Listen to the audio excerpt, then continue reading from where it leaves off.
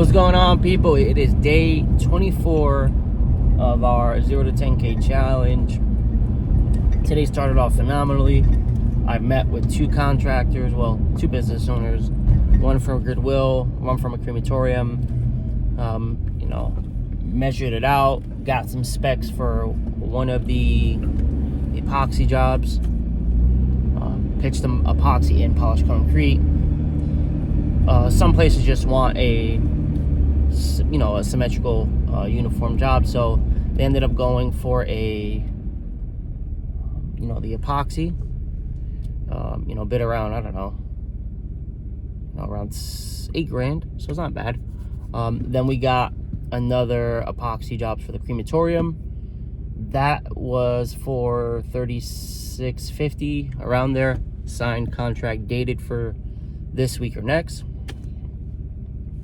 So that's going to be a big deal,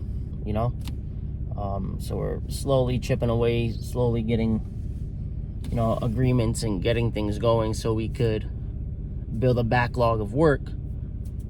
That way, we start planning the correct way. So the easiest way to build out demand is to build your backlog. So I learned from this guy, I think it's TLA from Instagram. He had a really good thing, and he said, you take a deposit.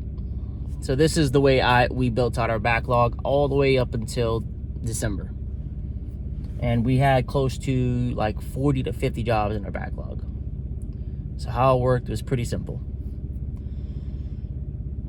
The first job you take a deposit.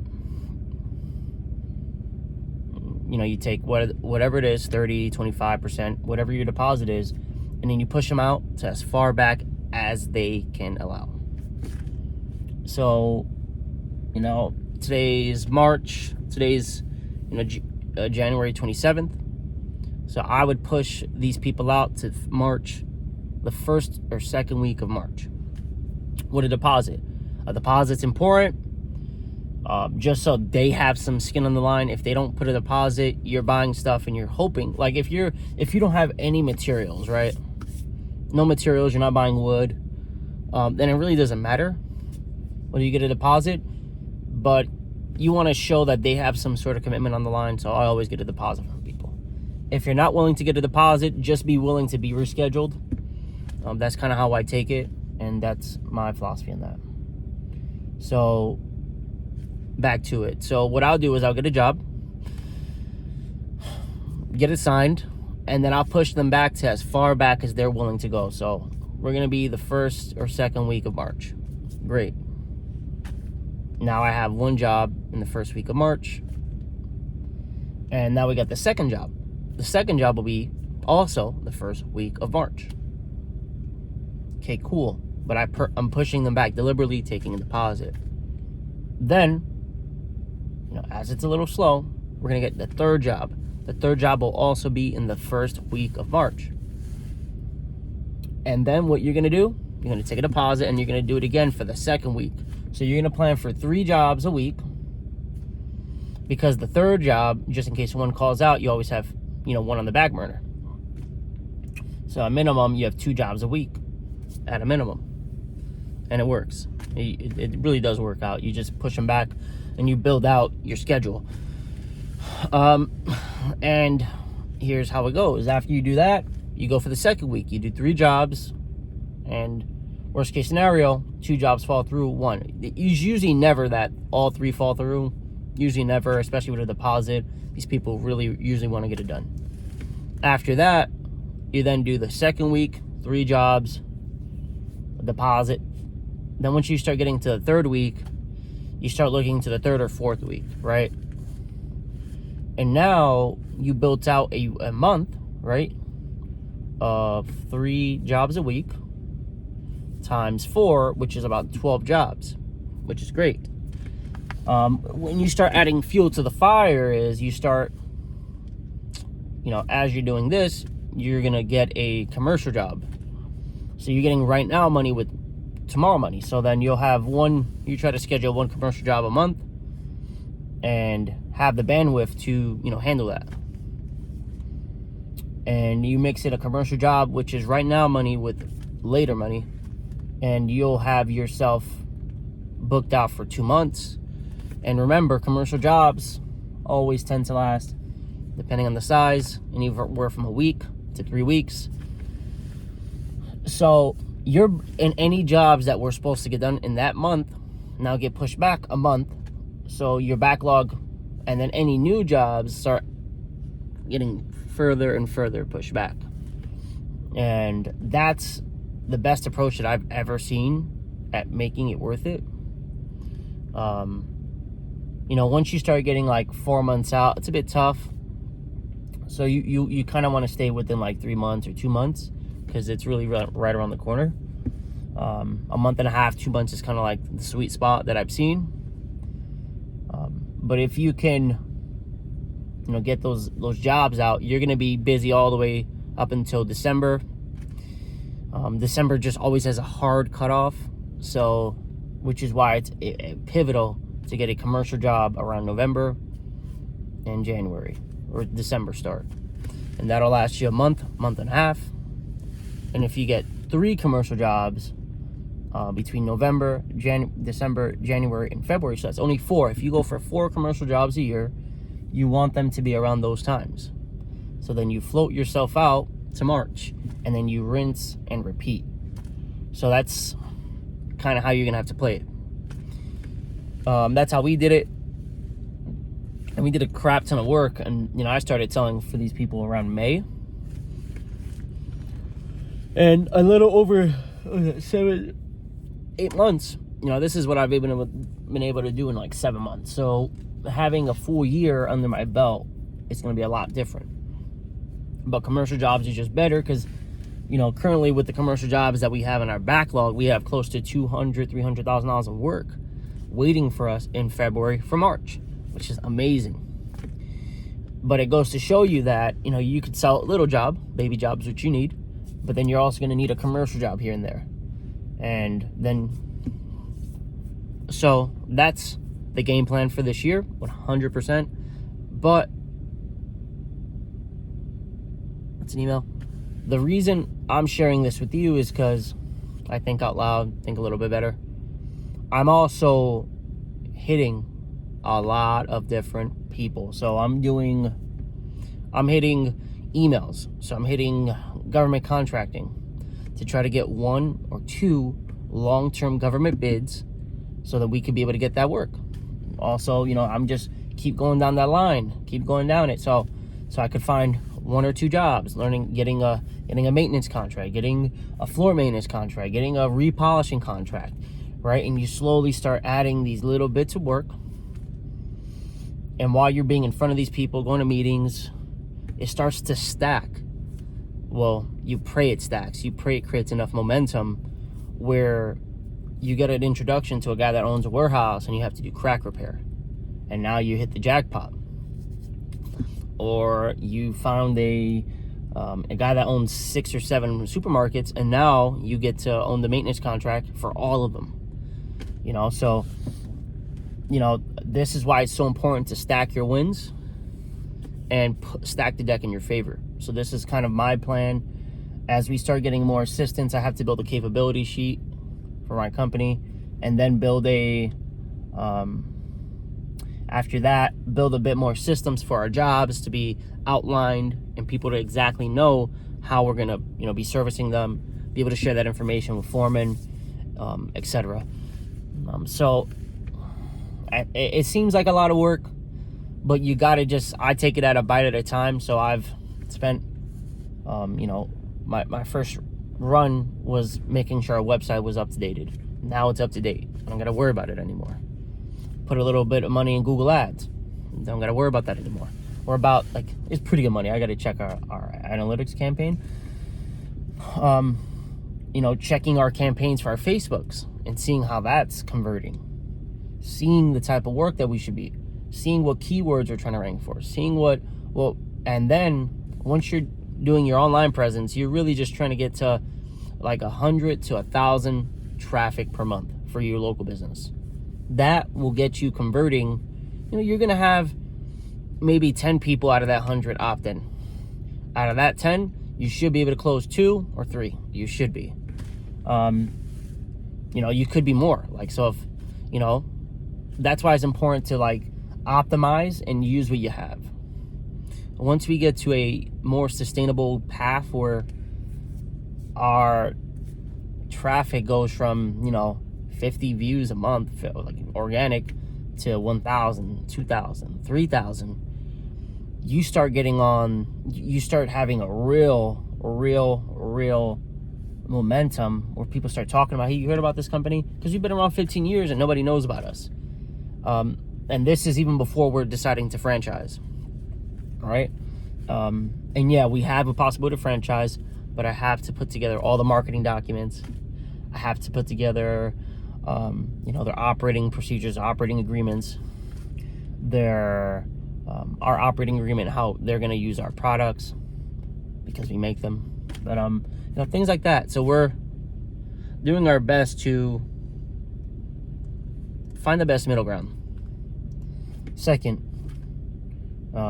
nothing on the IT front. Got to finish up the risk assessment. I know I've talked about that. I'm going to put some time into it today just to get it out of the door so I could collect my dinero. With that being said, I'm funneling all my profits into crypto.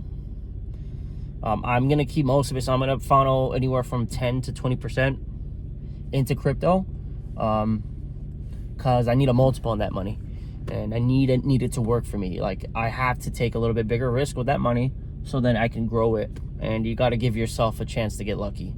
So as I'm putting my extra profits, not my wages, my profits, I have not taken my money, my job money, from there and multiplied it, because that's really just, it's locked up. I can't use it. I'm putting my profits from that I'm getting from my business, and that is being used to buy my crypto.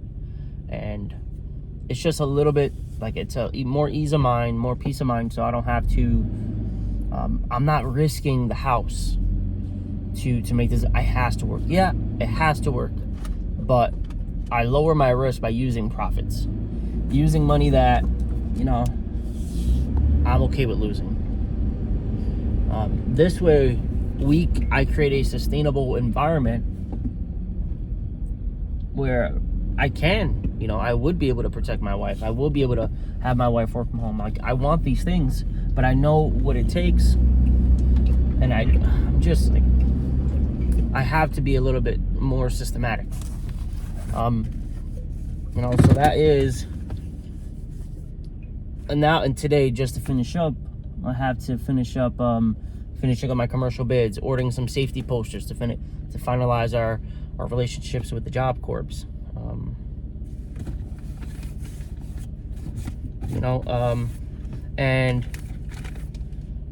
I'm gonna start having weekly calls that I'd love to have people on, and just like a 5 a.m.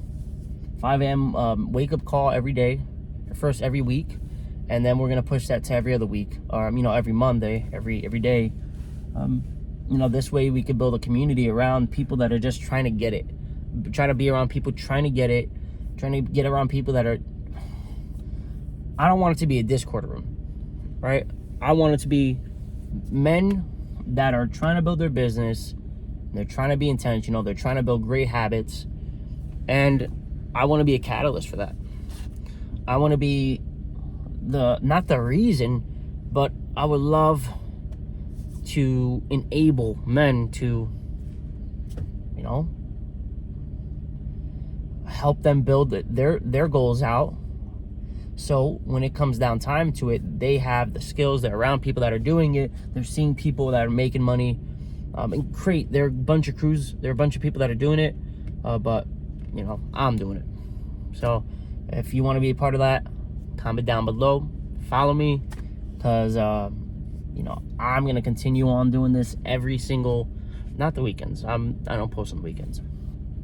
If I make a post, I'll make a post just to, let you guys know. But for the most part, it's just Monday to Friday. I'm doing my best to be intentional with this. I'm I'm doing my best to be intentional with me posting every single day on my Snapchat, on my TikTok, and on my YouTube channel for our brand Beamer Behavior and E30 Mob. Not really E30 Mob. My dad, we have a classic car page, and it's just been a little bit tough to monetize it, you know, because you have to go through like different channels. But once you get one, it'll be a floodgate. So as I build out these channels, almost close to 3,000 on our Snapchat, 20 Instagram followers on our Instagram, and 6 on our YouTube. I'm just sharing this with you so you have an idea of I have multi passions, and I'm just trying to get used to, you know, internet money, getting used to making money online. And this is what it takes. It's a little uncomfortable to post every day, but the time passes regardless, and you have the time. It's not like we don't have the time. It's more like, you know, we'll just spend that time on other things. Or, you know, instead of spending that 10 minutes, you know, on my phone on the couch, you know, I'll say, hey, look, I'm going to just, you know, go through 10 or 4 reels, download them, make sure I like these, and then repost them across the platform. That's kind of what I like to do. The habit that I'm building, because there's people making a killing, making easy money, but it's just uncomfortable because you haven't done it before. And I'm okay. I want the internet money, the Wi-Fi money. And maybe you guys are gonna look back on this and be like, damn, this guy was speaking the truth or whatever, like, or he was completely wrong. But I